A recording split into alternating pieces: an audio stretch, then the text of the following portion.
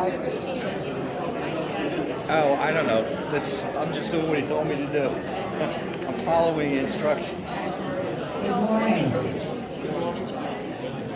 Just hoping everybody Sean brings his iPad and plugs it into his iPad, but my iPad doesn't have enough memory, so I have to use my phone, which is all You right. can't hear me.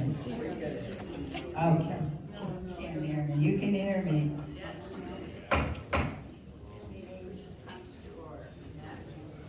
We're not hearing you again. Can't hear. Not talking to the mic. Okay. You got me now? Yeah. Okay. Thank you for coming, and please silence your cell phones. Calling this meeting to order. Let us all stand for the Pledge of Allegiance.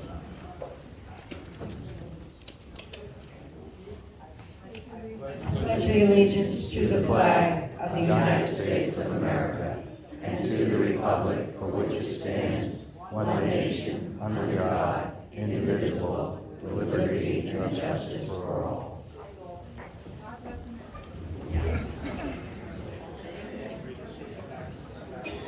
Let's do the roll call, please.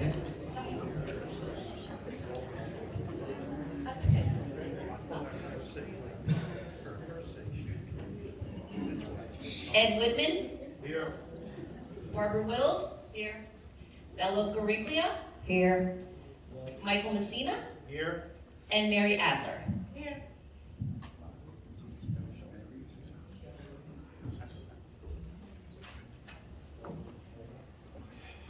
Now we will have the approval of the open board meeting minutes of February the 15th, 2023. It's needed. I move to approve the minutes of February 15th. Second. I second.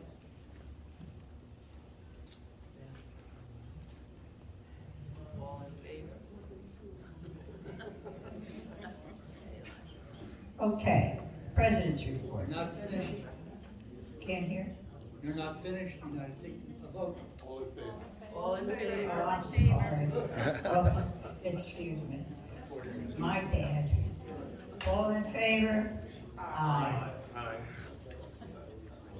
Any opposed? Okay. So by this time, all the residents should have received the candidate's interest form. This form must be received no later than 3:30 by 4 p.m. Please submit the candidate interest form in the black collection box found in the clubhouse today. As most of you know, Mr. Hudak, our township planner, spoke at the recent town hall meeting. I can't look up at you because my voice goes. Here, let me try that.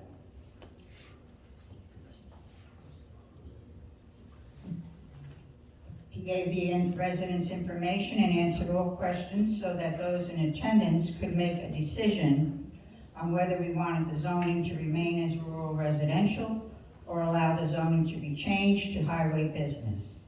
By a large majority, your choice was to remain as rural residential. We as the board will continue to fight on your behalf. Unfortunately, the trespassing is still an issue in certain areas of the community. In order to review those concerns, 2 cameras have been ordered and received and will be installed shortly to identify those persons. Hopefully, this will discourage those trespassers from entering our community. Remember, trespassing is a crime, and we are doing our best to enforce that law. Now, I know that at times you do not think that the board hears you, but be assured that we do. I received a suggestion from a resident who lives on Woodbine, who has been concerned about the excessive traffic that occurs from non-residents exiting the community via the Woodbine exit. He hoped that we put through the RFID system that is being considered by the board. And if we did that, that we adjust the arm so that only residents can exit and all others must leave through the front gate, as they should, thereby eliminating the excessive traffic. Wow, I thought, what a great idea. It wasn't my idea, it was his idea. I took his request to the board, and we have agreed that if we go ahead with this system, you will need the RFID sticker to exit. And that's my report.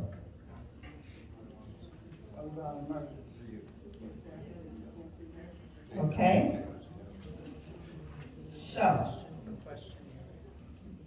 may I have a motion to upgrade the ballroom HVAC to a split system unit at a cost of $3,486? I will first that motion, Bella. Second? Second. All in favor? Aye. Any opposed? This motion is passed. Is there any discussion? Yes. Bella, concerns have come in from the communities that have been running events in the ballroom, that at times, even in the winter, the room gets too hot. Now, not being an AC expert, but knowing a little, which makes me dangerous, if it's cold outside and you put your air conditioner on, the air conditioning system outside is really not geared up to be dealing with temperatures in the 30s and 40s and 50s.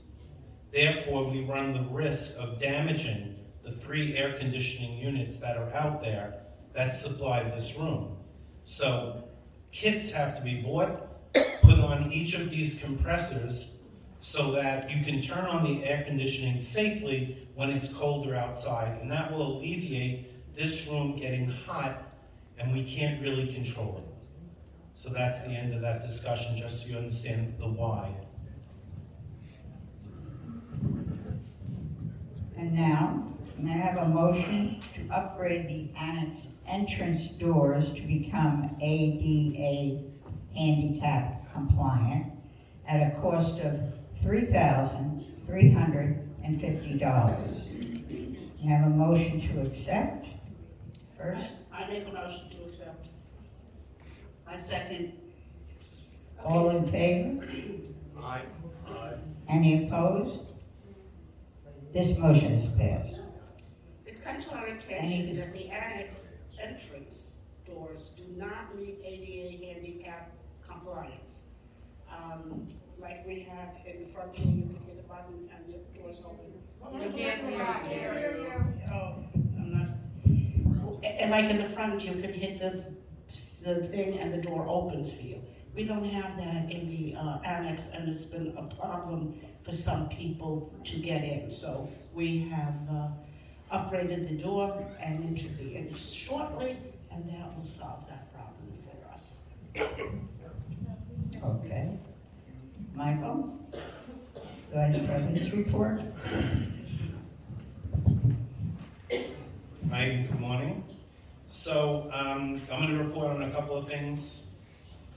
The pool, the gym, and an update on the fence project. And Michelle will help me with the update on the fence project. A little under the weather, so just bear with me. All right, so the plan for the indoor pool hours is now in full effect and has been in place since the 1st of this month. Those hours are now from 9 a.m. to 8 p.m. at night, as opposed to the old hours, which were 9 a.m. to about 1:30 p.m. I'll hit the high points on this, not to get belabored too much. We have guards on duty from 12 to 4 hours. All the other times, residents will have the ability of swimming, no guests.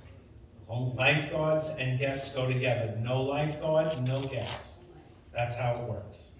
That's from a liability perspective. So there's a couple of key things that we must remember with this project. Residents must never swim alone during these extended hours when there's no lifeguard present, there must be a buddy. That's a liability for everyone, okay? Everyone entering the pool, even if 3 people are coming in together, should swipe at the swipe so we know the activity that's happening at the pool. It also, instead of you writing that you're going to the pool, as a resident, you swipe, it's just like writing it. Don't bother writing your name. A book, and I forgot to tell Michelle, my bad, we need to change the book to visitors log. Visitors sign in, residents swipe in. Make it easier for us, right? Now, I'm going to tell you, it's been working fairly well. I've gotten a lot of people telling me this is great. We've already had 2 occasions where no lifeguard showed up. So what happens on those days? Family swim time is taken away, but residents can swim if they choose to with no lifeguard. And I apologize and I know what happened on one day. Let's say a grandmother came in with 2 of her grandchildren, and they couldn't go in the pool. It happened to my wife when she tried it. It happened to someone else. Again, that's the problem with having lifeguards. When, the reliability of that. But interesting enough, it was on 2 Mondays. I don't know who was watching whatever on Sunday. But okay, so the automatic testing of the pool water with chlorine and pH. That mechanism has been in place and has been functioning properly. It also does the spa as well. And we did have a problem in the spa. You're going to get full disclosure when we had a problem. The boiler that heats the water for the spa broke. The boiler was less than a year old. I don't know how they make things in this day and age, but it was under warranty. So we waited, I think it was out almost 11 days. And Ed could probably, clue me in better or somebody else. But we had to wait for the warranty boiler to come in so that we could repair it, because we're not buying a new boiler, it's not even a year old. So because of the warranty, that was delayed. So if anyone was wondering why that happened or what it was, that's what it was. We mentioned at the last meeting that pool furniture had been ordered and to the tune of $7,732, and there are 3 new tables and 4 new armchairs and 10 new chaise lounges and 14 new umbrellas to upgrade what's been there. We're going to periodically replenish the ones that are either not repairable or just look unsightly. So we've mentioned this before, it was passed, but Michelle is on top of that, as well as the awning that will go in. That last year we had a problem with that awning all year. Okay. That takes care of that. And finally, the board will be developing a similar plan in preparation for the opening of the outdoor pool. In terms of the hours, we will get to that. Reporting on the gym. I'm going to just point. You're on. Norm is the head of the gym committee, and he's going to give you a brief update. Like last time we had an open meeting, I think it was Joanne Greenberg gave a report. We're encouraging those people that are on the committees that are donating their time to participate in telling you what's going on. All yours, Ben. I'm timing you less than 5. Okay, Mike. The board created a gym committee, a standing gym committee back in October of 22, and asked me to chair that committee, which I accepted. The following day after its creation, we sent out a web blast seeking volunteers to join the committee, and we've been successful in doing that. We currently have approximately 10 people from the community who volunteer their time. Many of the folks who are on the committee are working, so it's been difficult to have consistent meetings. We've tried different calendars, but we've succeeded in settling on a date, and for those who can make it at those times, fine. For those who can't, we communicate with them via telephone or email. I'm glad to say that of the 10 committee members, most of them are women, so that's I think is a really good sign. Our charge by the board was to have complete responsibility for the gym and its equipment. And we've been meeting. We have so far recommended the purchase of 2 new pieces of equipment, which for those of you who've been in the gym this past week, you see that the equipment that was recommended and approved by the board finally arrived, I guess it was on Tuesday, and it's in place. We will continue to look at other pieces of equipment and see what needs to be replaced over time. We have, generally speaking, overall responsibility for the maintenance of the gym, all its equipment, the cleanliness, and whatever else needs to be, including the routine maintenance of the equipment. We had some routine maintenance performed yesterday, and we will be doing that with a company on a quarterly basis. So right now we're in really good shape. I would suggest that if there's anybody who's still interested in wanting to volunteer on the gym committee, please fill out a form with Aaron, and we'll be more than happy to consider you as vacancies occur on the committee. Right now, as I said, we have 10 folks. We just had actually two resignations, again because of work commitments, and so we were in the process of trying to bring about additional people onto the committee. So that's about it, and as I said, anybody who is interested, please go to see Aaron and fill out one of the volunteer forms, and we'll take you into consideration. Okay. Norm is working very closely with Michelle in terms of the maintenance, and actually yesterday a couple of the board members were there when the maintenance being performed, just so they see us and make sure they do it as best a job as possible. I'll now report on the fence. I'm going to hand the microphone over to Michelle to start.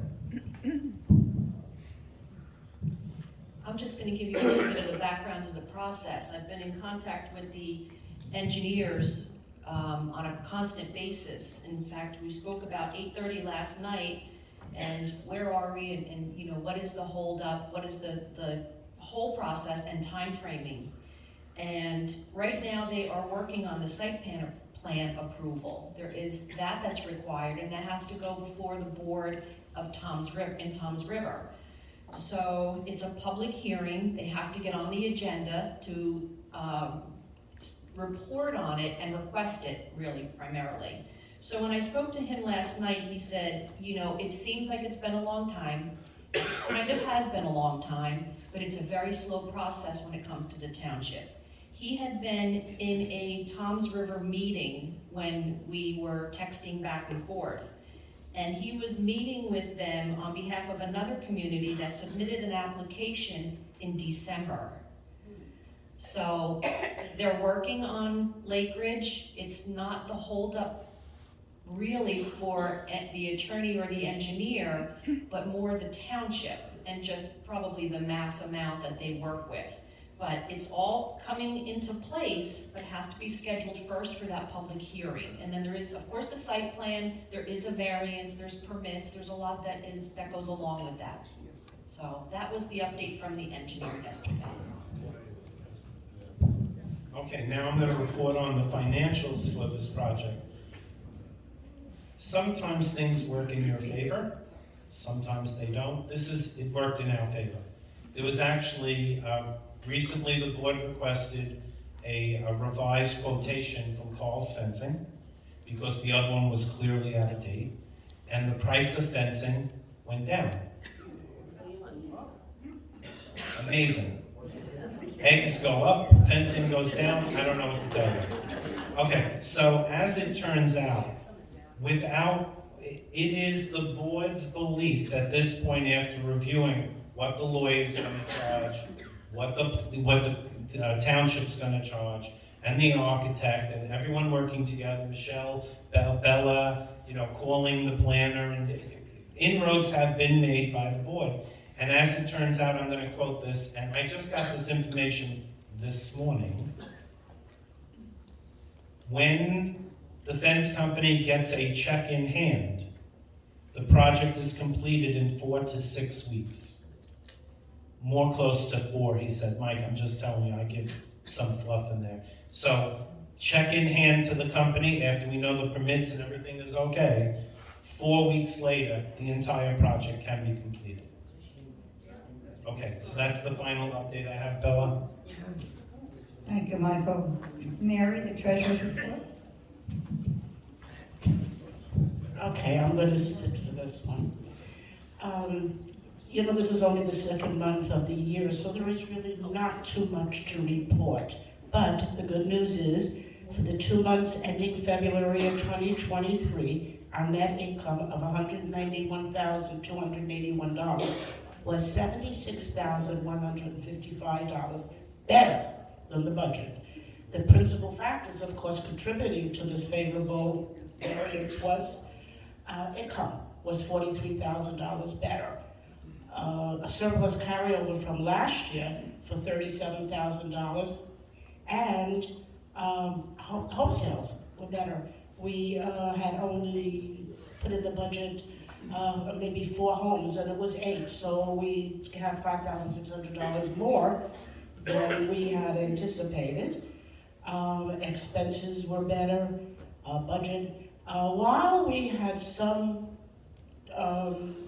underspending and overspending, we were very flip-flop between all the different things we're doing, the fence going up, the fence going down.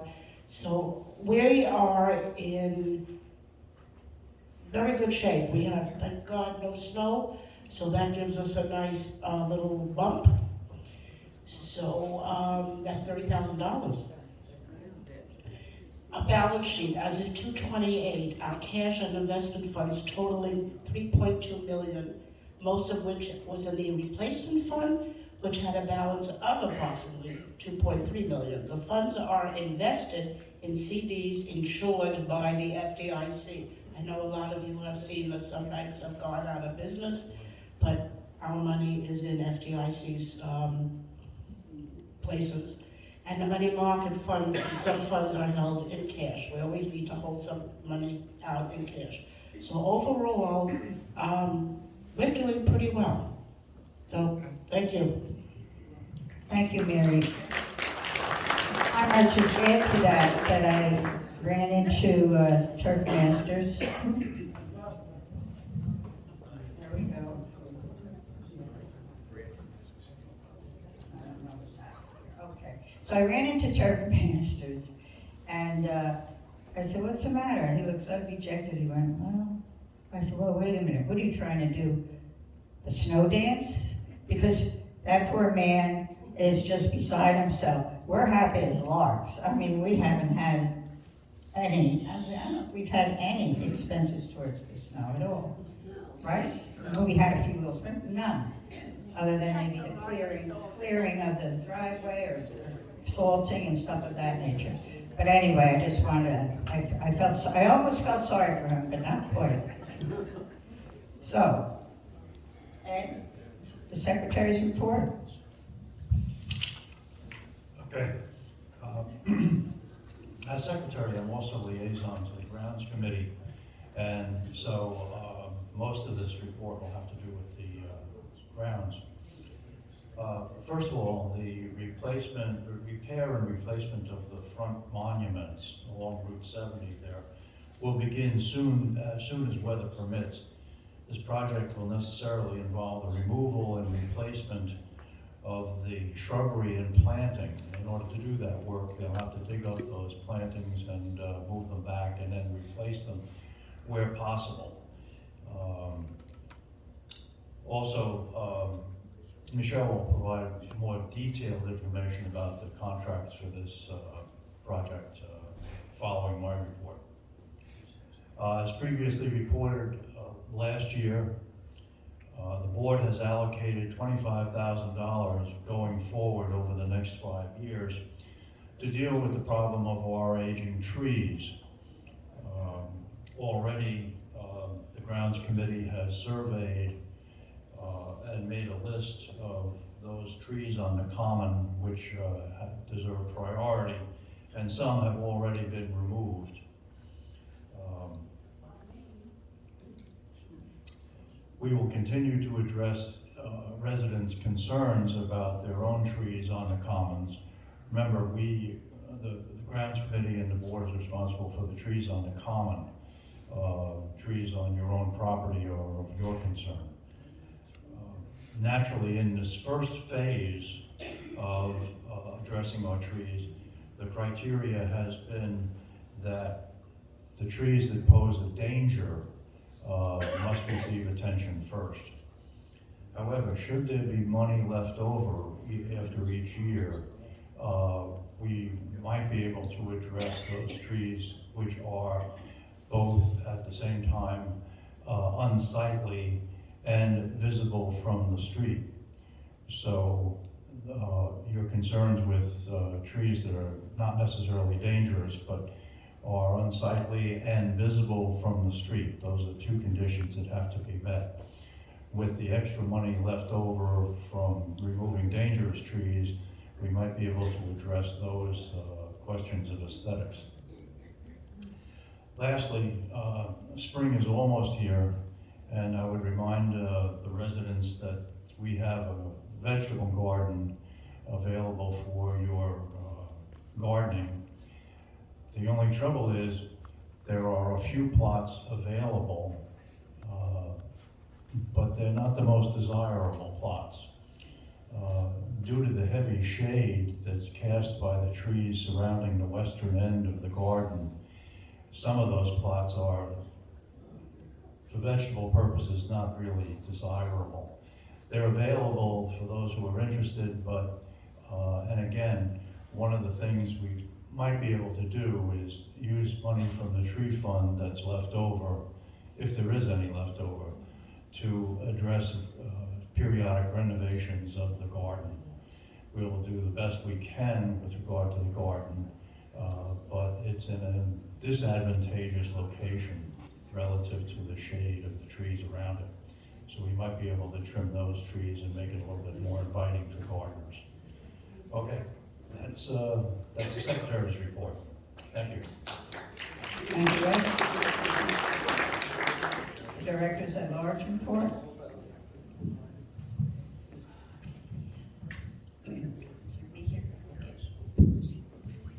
Some of the residents may have concerns that looking into the RFID access may have something to do with the guardhouse, security guards, the gate. It has nothing to do with any changes with that. It has absolutely nothing to do with that.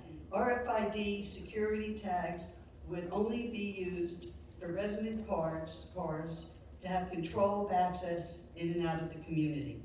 RFID tags are often placed on the vehicles, automatically identify them, and grant secure access. In regard to the RFID committee, if anyone has any questions or wants to comment or give information in any way, there will be an email and/or you can leave it at the clubhouse. And your participation or concerns are and will be encouraged. But the committee hasn't even had their first meeting yet. But there are some, but here's some additional information. I found out this morning their first meeting will be next Friday. There are 9 residents on this committee. There are residents on this committee that are not for the RFID system. The committee is only to research and report what information is available, pros and cons. There is no frame or urgency for time for this to be compiled. They are not on the committee to be swayed in any way. They are here to provide the facts, information, and a full picture of it all, then communicate to the residents and the board. Just keeping the information and communication available to anyone who may already have concerns and apprehensions.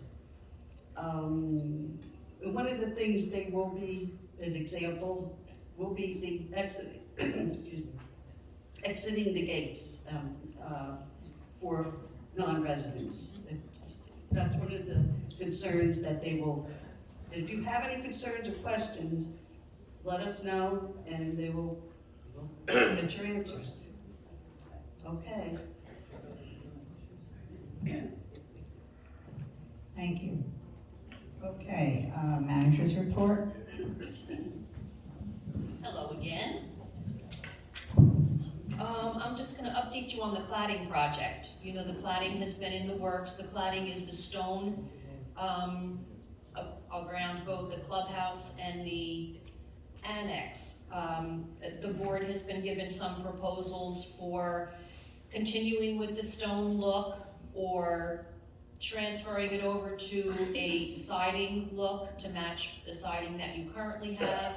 And then a third option would be to have the cladding in the front of the buildings, which is visible, and siding on the sides and the back of the buildings. So that the engineers have come to a conclusion on their RFP, their scope of work. The board has the contracts from the engineer. They have 5 bidders, and once it's approved, I went through the contract last night and there's a few things that needed to be changed, so they'll change that today. The RFP package will be mailed to all 5 bidders, due back April 4th. So that project is in the works. There's some drainage with that too. If you recall, there was some drainage work done over at the annex. The side doors had some mold and deterioration on them, so it was temporarily fixed. You did have a drainage remediation report a few years ago that recommended that all of this be done back then. So you have a couple more years on there where there's moisture around your buildings. So that's going out to bid. The board will then decide how they want to interview contractors and of course let the community know who was chosen, when the work will start, keep you informed of all the stages and what the proposed length of time will be for that project.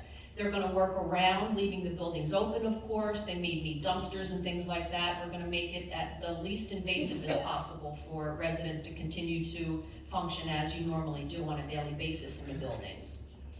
I have been in contact with John Rothberg for the 2023 paving contract. He's on vacation this week. Next week he'll get something to us. We have a proposal from November of 2022, so hopefully maybe the price will go down for that also. It was escalating last year. Maybe we'll be lucky with that one also. The monuments, all of that is done. Contractor's been chosen. They think they may be able to start next week if the weather's not too cold, otherwise the following week, but it's all ready. Jeff from A Cut Above will take care of the landscaping over there. Some of the boxwoods are not maybe a superior type of a boxwood, but he wants to save them instead of replanting them back on the right-hand side of the sign coming in. So he's gonna replant them with board approval. He's put a proposal together for us, and then he will recommend some new plantings. Some of it right now, it grows where it's very difficult to read the sign or it hits the sign, and we had that at the Massachusetts and the Whitesville gate, and he took care of that for us. So he's very aware of what is best to be planted in those areas. So once we have that, the board will make a decision, and he's ready to go also. So that project could start really any day. I have something from Aaron, but I just wanted to let you know a little bit about some of the things that the board has talked about with the pool furniture and fitness center equipment. The finance committee, along with the budget and the board, put together a plan for replacement for some of these things. So you'll see some, and I think I mentioned this in the past, you'll see some new pool furniture as needed, but it's now in the reserve study. So it's, you know, I want to say maybe $5,000 a year over the next 20 years. If you need it, you have it, and if you don't need it, that's okay also. Once the furniture has all been updated, you're going to be in good shape, but it may be time at that point to start from the beginning again, but at least there's a plan in place for that. And the same is with the fitness equipment. You know, some of the fitness equipment, I don't know, somebody told me it was from the year of the flood.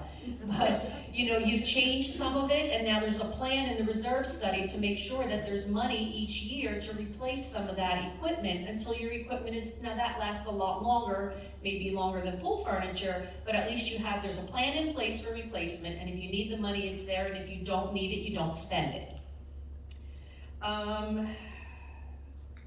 Deferred maintenance was the same as Ed talked about with the tree project. To have something in place for these trees to be trimmed or removed was kind of, as they became very dangerous, you were taking care of them. There's now a plan in place. You know, $25,000 a year to look at these trees that are touching the gutters or your roof, or they're hanging over and they're a safety issue. If the mowers come through, someone's getting hit with the trees and so forth. So there's a plan in place. So the board did a wonderful job putting all of this into place, making sure it's in the reserve study and the deferred maintenance line budget, so that when it happens, it's there and you're not caught off guard. Erin has been working on some things. April 20th, the prescription take-back will take place here in the clubhouse. Tom's River Police Department will come out from 10:30 to 2, so you'll see information about that in the near future. She may have sent out an e-blast about that. I'm not 100% sure that she did. And that's my report. Thank you.